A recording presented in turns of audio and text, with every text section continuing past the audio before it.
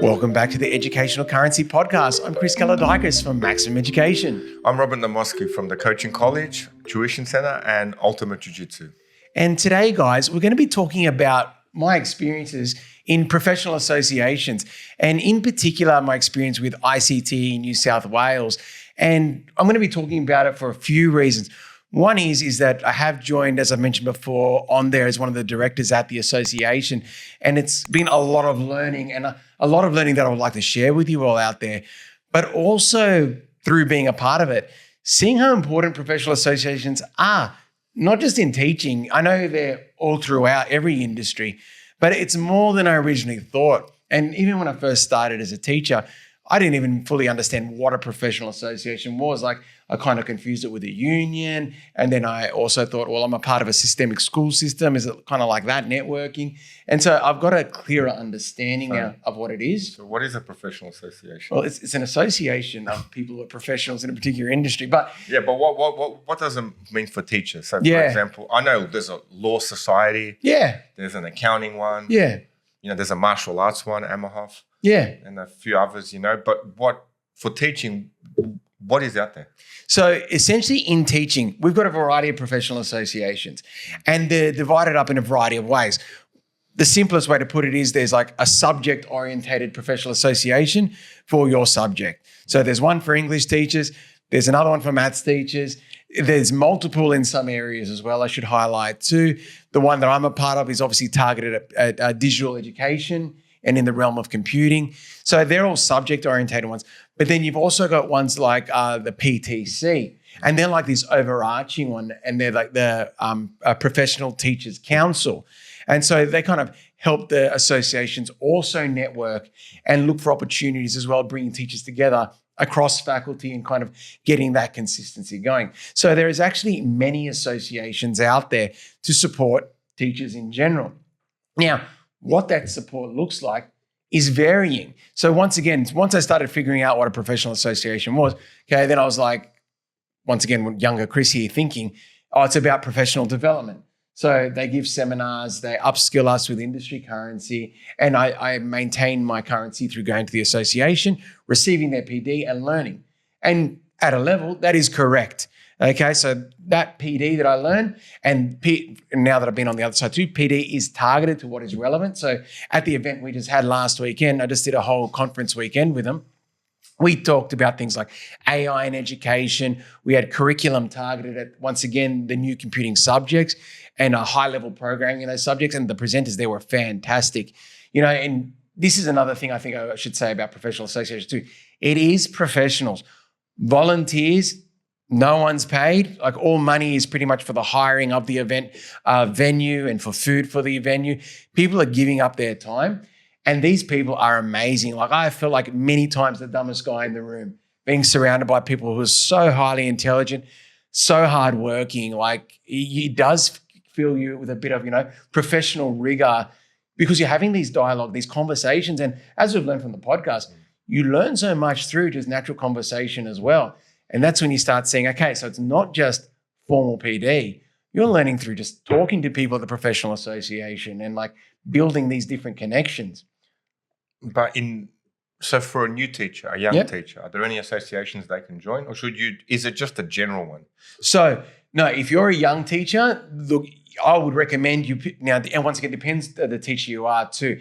Like, if you're my association, ICT in New South Wales, we take teachers right across the board. So we have an early childhood target. We have a middle school, I guess you would say, but it's kind of like high school 7 to 10, and then stage 6. All of that we try to target through our association, and hard to embed digital technologies into the curriculum at all levels, from stage 1 to stage 6. So if you were a brand new teacher, I would straight away say, join us if your focus is digital technologies. But there would be ones, obviously, as said, for mathematics, science, English, history, all of that. And yet, especially if you're a young teacher, it's the place to go. Now, there's many reasons for this. The first reason is just being, you're going to get PD, okay? There are people there with targeted programs to teach you on how to be a teacher. So you get this interaction with experienced teachers. But then also in something like my subject area, Okay, in maths, you get larger departments, don't you? You can have up to 6 to 10 teachers in a maths department. But computing teachers, there might be one in a school. Like I'm very lucky at the college I'm at that there's 3 to 4 of us.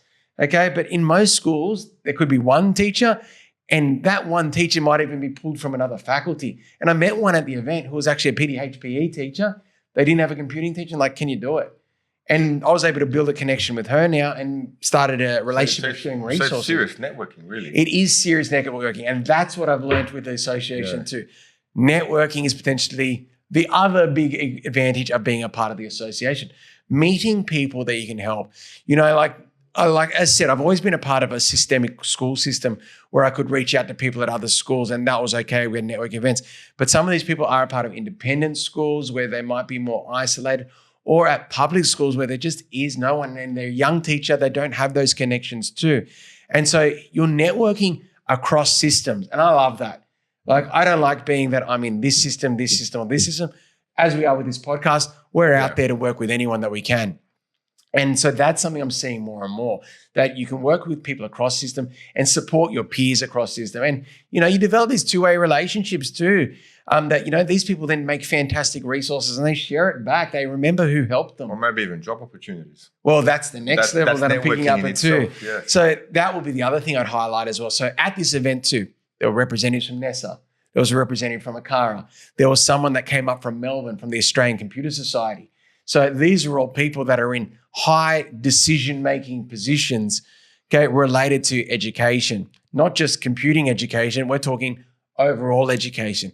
And that's when you start to think to yourself too, and I've always seen it as a young teacher too, like how does a teacher end up at NESA or Australian Computer Society or ACARA? Like I've never been able to fully understand that bridge. Well, now I've got people right next to me that I can ask that to directly. You know, so if I ever did think I'm done with the classroom and I want to try something different, I could reach out to these people. They've seen me present. They know what I am. And so what I decided then is another advantage up to it. We said for young teachers that there's the whole advantage of, you know, you learn from these people. But the presenters at the events gain a lot too. Okay, first and foremost, you know, their name is out there. You are seen as someone that knows your stuff. You know, and prior to being on the association's board, I presented at the event quite a few times before with, you know, talking about the HSC, the new subject, and resources for the computing subjects. So that was kind of my gateway into joining it. Yeah, but then how did they? Well, you're a classroom teacher and you're a wellbeing coordinator. Mm-hmm. Were you approached to be a presenter, or did you put your name down? How did you end up presenting? So for me, I was approached. Due to my, like, once again, kind of goes back to my YouTube channel. My name was always out there. Okay, so that got me kind of known a bit. Then other types of networking things that I've done for NESA got me noticed by another person who's actually a director on the board. Okay, and then he encouraged me to present at the event one year. And then I've kind of presented in consecutive years. And then this is the association that gave me the award in 2022 as well. Oh. So I've always remembered that too, that I was honoured by the association. And that really helped me professionally. And then when the opportunity that came up and they said, look, do you want to come join the board? I took it on board because I felt like I was giving back almost, you know, for all the good things that the actual association did to me. So the association looks for people. It looks for people. It looks for the cream. Okay. And if you come to their events, you will mingle with the cream. And you become as well. This is the whole point as a young teacher. Yeah.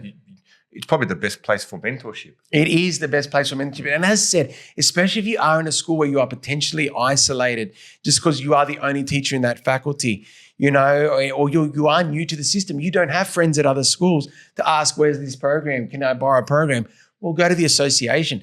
The association also does provide digital resources for members through their website. So you can get programs, assessment tasks, teaching resources, all of that, which actually correlates to the next event we run, and we have run in the past. We run writers' workshops. So with these writers' workshops, our next one's going to take place on May the 2nd. We get the teachers together, okay? And it'll be, once again, very minimum fee to take part in it. Once again, just to cover catering. But essentially, you get to sit down and we build programs together. One of the actual event, the session I ran on the weekend was about preparing for it. What are our weak areas in our programs for Stage 6 computing? how can we best prepare our students? Well, this is what we're going to work on. And the feedback was, okay, we kind of have programs and the other course has been out for 2 years and the assessment tasks are looking good. Maybe we've got to try to emulate some HSC style questions that we can give to our students because it looks like the 8-mark question is a weakness for them in the HSC. So it's targeted by professional teachers. And then, come May 2nd, that is what we're going to work on in enterprise computing and software engineering as a team, as an association. So does NESA recognize it as a PD day? Or is that different? Oh, yeah, NESA does. So I can put down, 12 hours on the weekend, that is 12 hours ticked off, okay, of PD that I can have as a part of my accreditation. Now, on the accreditation front, 12 hours tick, that's excellent. But let's go back to the presenters again. Yeah. If you want to be a HALT, okay, or a lead teacher, they directly correlate with presenting to teachers. Almost all the HALT ones say working with colleagues to develop programs, showing them how to do new types of educational theories and training. Like it's all about working with colleagues in your domain and showing yourself as a leader. And even being a lead, one of the actual points in element 7 says, take a leadership role at a professional association. Like that's just tick straight away once you go on board with that. So being that's on board as part of the directors or just part of the... Well, that's on board with one of the directors, but that's lead. That's the highest one. That's the one I'm not yet. Yeah. Hopefully soon, but we'll see how we go. You'll get there. I've got to muster it up there. I'm still waiting for the proficient one. Yeah, no. I think I handed it all in. What do you call yourself? The most experienced? Oh, no, they go, they all looked at me and went, oh, wow, how long have you been teaching for? Maths, 30 years. Yeah. 30 plus years, but in a school, 3, 4. Yeah. And I go, how do you describe yourself? I'm the most inexperienced teacher you found. So tell me what I need not to get fired. Yeah. And I can keep within those parameters. And that's it, eh? Yeah, but for myself, I'm very, very interested. Yeah. Like I consider myself a professional. So I'm definitely looking into these associations. And if it attaches to my PD day, even better. Oh, yeah. Well, think about it. You've got to fill in 100 hours of 5 years. You attend one conference weekend, and that's 12 hours ticked off. That's 10% done in a weekend. Oh, straight away. Yeah. And that's not even including all the school stuff you do. And school fills it up pretty quick as well. Yeah. So I'm definitely going to look at some maths associations. Yeah, well, definitely. Okay. And you'd be such an attribute to those maths associations, especially with your degree and, and your teaching ability, your history and tutoring and the different ways you've gone about it. The other thing too is at a lot of these events too, it's not just teachers too. You do get people from industry, and I wouldn't be surprised in some of the maths associations if they do have people from industry, most likely from tertiary too. They're building bridges between, primary, secondary, tertiary up there as well. And that was actually one thing that got me by surprise. 2 of the presenters that taught for a software engineering seminar, which was targeted at year 12, well, they were from Sydney Uni. And that's a great bridge to build because they obviously know their stuff, but they're kind of giving, well, you're teaching these kids so that they can come to us. Yeah. So this is what the kids need to know. Now, it was very high level. And like I said, this was one of those sessions I was in. I was like, I have no idea. And my weakness is coding. But these people, they gave it. And all the other people who were software engineering experts around me loved it. They ate it up. Like, wow, this is an amazing way we could teach it to our kids because it's real. And it links to then what the job is and what they're getting taught at university. And they shared resources and that too. So, even tertiary was there giving it and building that bridge from tertiary to the secondary. So it's really amazing. Did you get Did you tell your principal that you were going to this, or is it something you do as a teacher? You do it privately? I didn't tell my principal I was going to because it's me doing PD on the weekend. Okay. And he's got to know. You can tell it. I don't know. I feel like I tell my principal a lot. And, but you have to tell your principal for it to be part of your PD. No, because you do that all on NESA. Oh, by yourself. You do that all through your ETAMs on NESA. I've got to learn this. So he doesn't need to not like that. Yeah, and like I was saying, I didn't tell my principal because I do it a lot. And I don't want to seem like I'm talking about myself a lot and trying to big note myself a lot. So I don't want to I'm going to be at the association on the weekend, I think he knows I do a lot of work outside of school. So that's the only reason I didn't tell him. I didn't want to think I'm just pumping myself up again. It's something to ask as a new teacher. Yeah. Like, how do I approach this? We reveal stuff to our principal. Well, if you were going as a guest, I would let your principal know because, you do have to pay a fee to go. You would pay your membership out of your own pocket, but then to attend the event, you can be a non-member, but it costs quite a lot more. Okay, but if you're a member, okay, you have to pay the fee to. And the school may cover the cost. Yeah, and the school may cover the cost, or they may reimburse you. Okay, so there is a fee associated with going to these events. So you would let your principal know, but I didn't let my principal know because because as a new teacher, it's scary. Yeah, it is scary. You're kind of like treading waters. Like, what do I, like to be, good at my job. I don't want to step on anyone's toes. Don't want to get in any trouble. Yeah, that's right. So you would do it. And look, I have had it put to me in the past by my leader of learning, my head of faculty, who actually said you should attend this event and go to it. Okay, so it is, it's accepted by schools. There's no taboo about it. They recognize the professional associations. And you would hope you'd be in a situation where your school does cover it. On the topic of new teachers too, one of the best things at this too was, I think I had a first year teacher there. He came in his best suit, ready to go.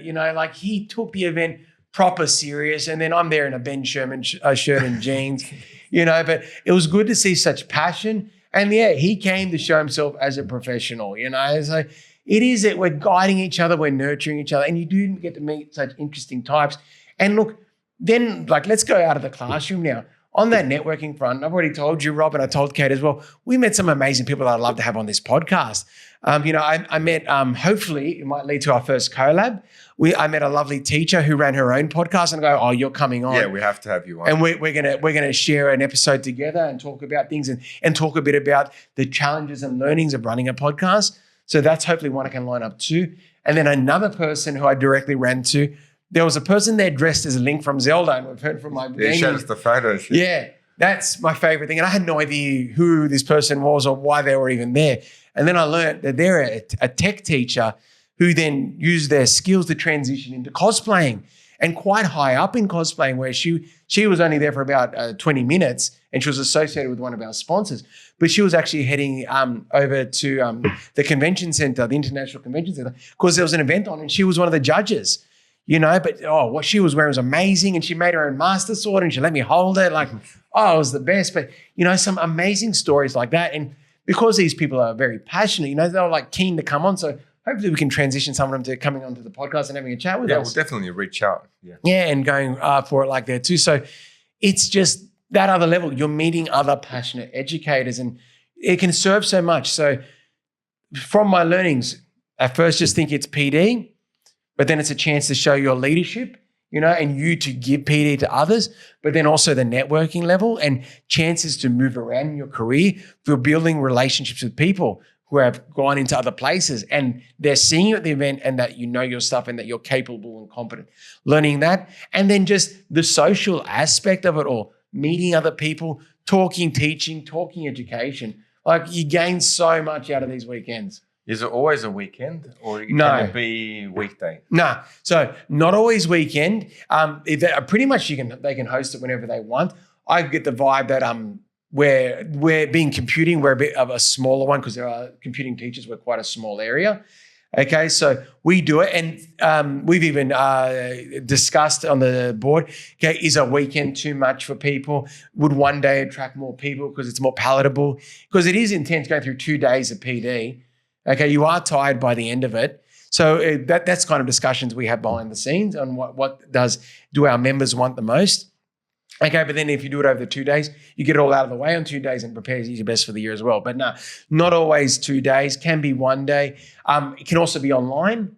Okay, and during COVID, that's actually when I started presenting for the association. My first one was online. And I was giving it through Zoom and giving it to people that way. But I didn't like it online. Yeah, no, you need the human. You need the human touch, the human element. But that's things that our association wants to continue on with too. They've seen the work I've done here too. They want me to interview people similar to we do, but I will do that online. I won't do it in the format we do it here. That'll be more through probably a Google Meets way where we'll see both our faces, but we'll both be at home. And I'll interview people who are related to ICT.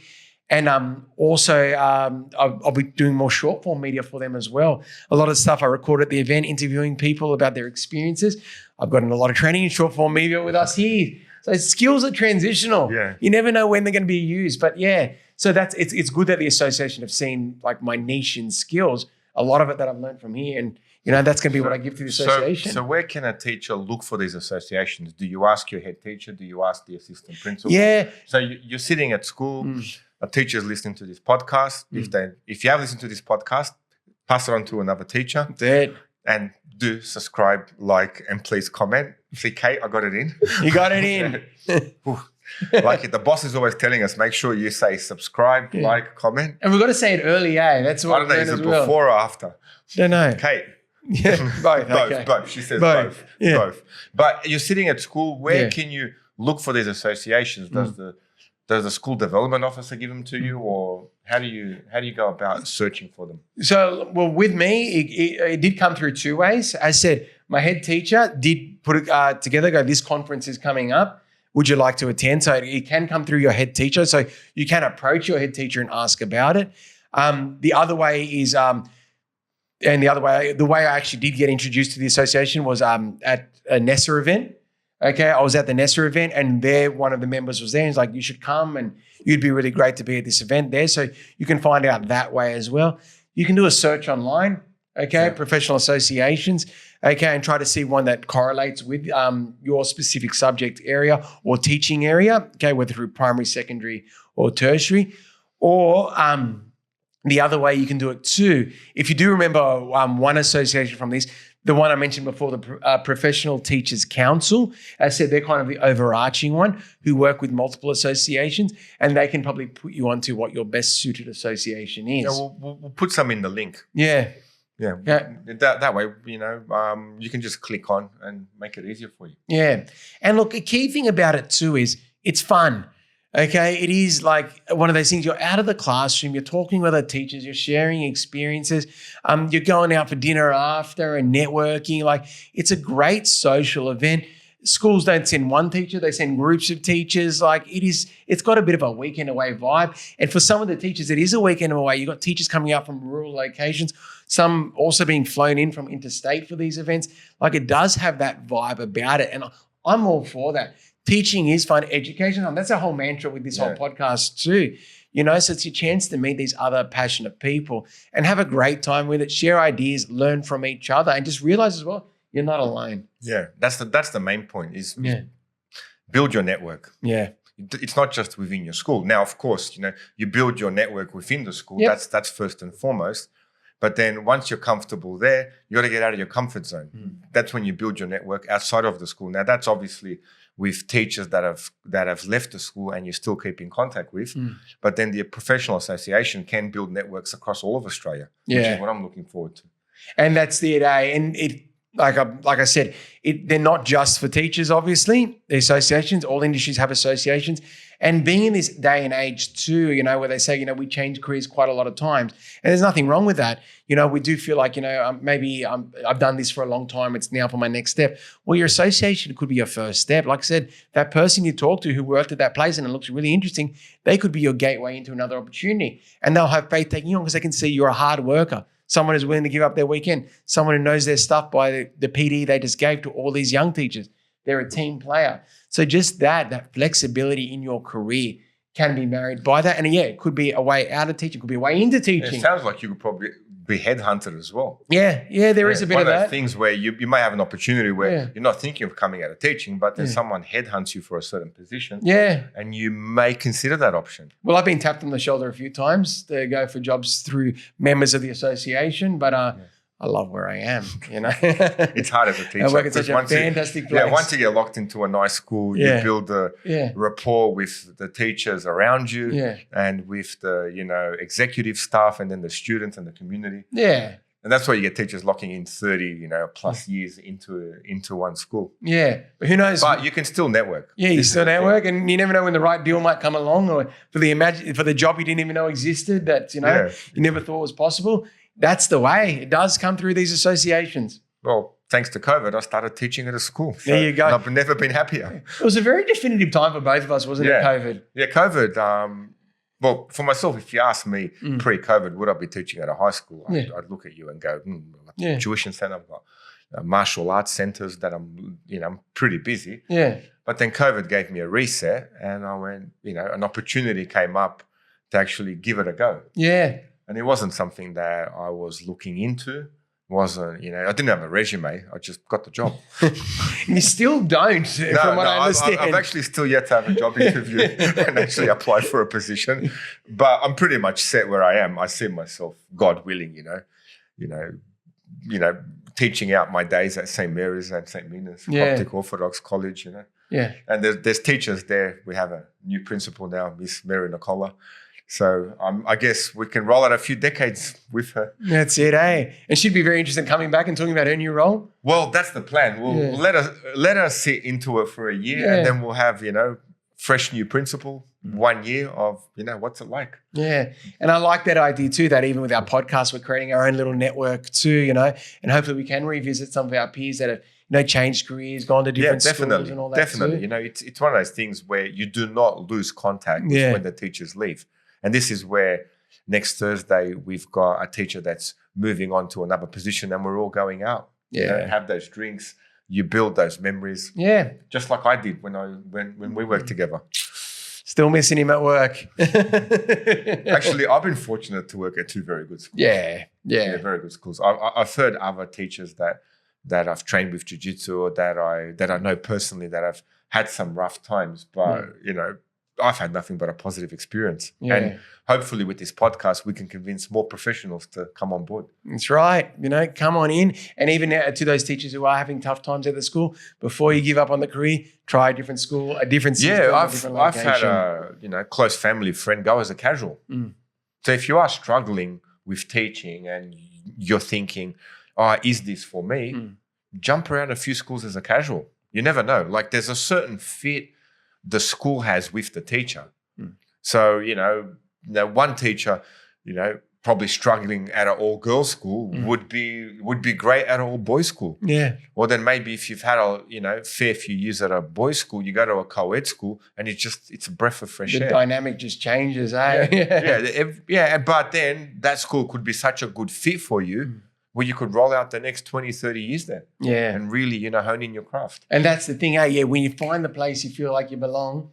It's like when parents pick a school for their child. It's not just, is the child a good model for the school? Is the school a good model for this child? And I think as teachers, we have the same thing. Yeah. When you're starting to work in an environment, I've got, is this a good model for you? I've got got to bring him on. One of my jiu-jitsu instructors, he works with kids that are refugees at a school. Wow. And he loves it. Yeah. Absolutely loves it. Yeah, reach out to him.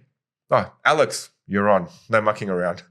We'll bring him in. And he can't think of, he wouldn't work anywhere else, even though, they've got whatever issues, they're going through. Yeah. For me and you may seem like a nightmare. For him, it's fantastic. Yeah. Loves going to work every day. Very positive. That's good. That means he's in the right place. Yeah. Doing meaningful work. Yeah. There's always, but that goes for every profession. Yeah. It's not just, us as teachers. Even in a law firm. This law firm could not be, maybe not for you. You could go to somewhere else. Move on, network. Yeah. It's human nature. Human nature is build that contact. Build that rapport with people. And if you're not building a rapport with someone at work, are you in the right, not are you in the right profession, are you in the right job? Yeah. And that's also where they say with teaching, but it does go across everywhere, that it's not just a job, it's a vocation. And I think that's an incredibly important thing to do. And once again, why professional associations are so good. It's not just that you're a teacher in a school. No, you're out there, you live it, you love it. Yeah. From a good place. Yeah, and you have to build networks. Yeah, it's the foundation of it all. You feel better when you've got a network. Like you feel good. Well, human nature, we're designed to... Yeah. We're designed to network. We're designed for communal living. Yeah. Yeah, we're not solitary beasts. No, definitely not. There you go. Well, there's the philosophical end of this episode, I think there, Rob. Yes, pretty much. Thank you again for listening. We really appreciate the support. And again, please subscribe, like, feel free to share the videos. And, throw us a comment or even in the comments, tell us any topics you would like us to discuss, something we haven't missed, or a comment one of the topics that you liked or maybe you didn't like or maybe disagreed with us. You're getting good at this, Rob. You're getting very good at this. I remember when you couldn't say like, share, subscribe. Man, now look what you're whipping out. I got the pressure of Kate staring at me. When the boss is like eyeballs are piercing into your soul. We better make it good. That was a good wrap. Excellent. Yeah, thank you. No worries. All good. Yep. Thank you. Thank you. I'm Robert Naumoski. And I'm Chris Kalodikis, guys. Thank you. That was good, man. Good finish. Excellent. That was great.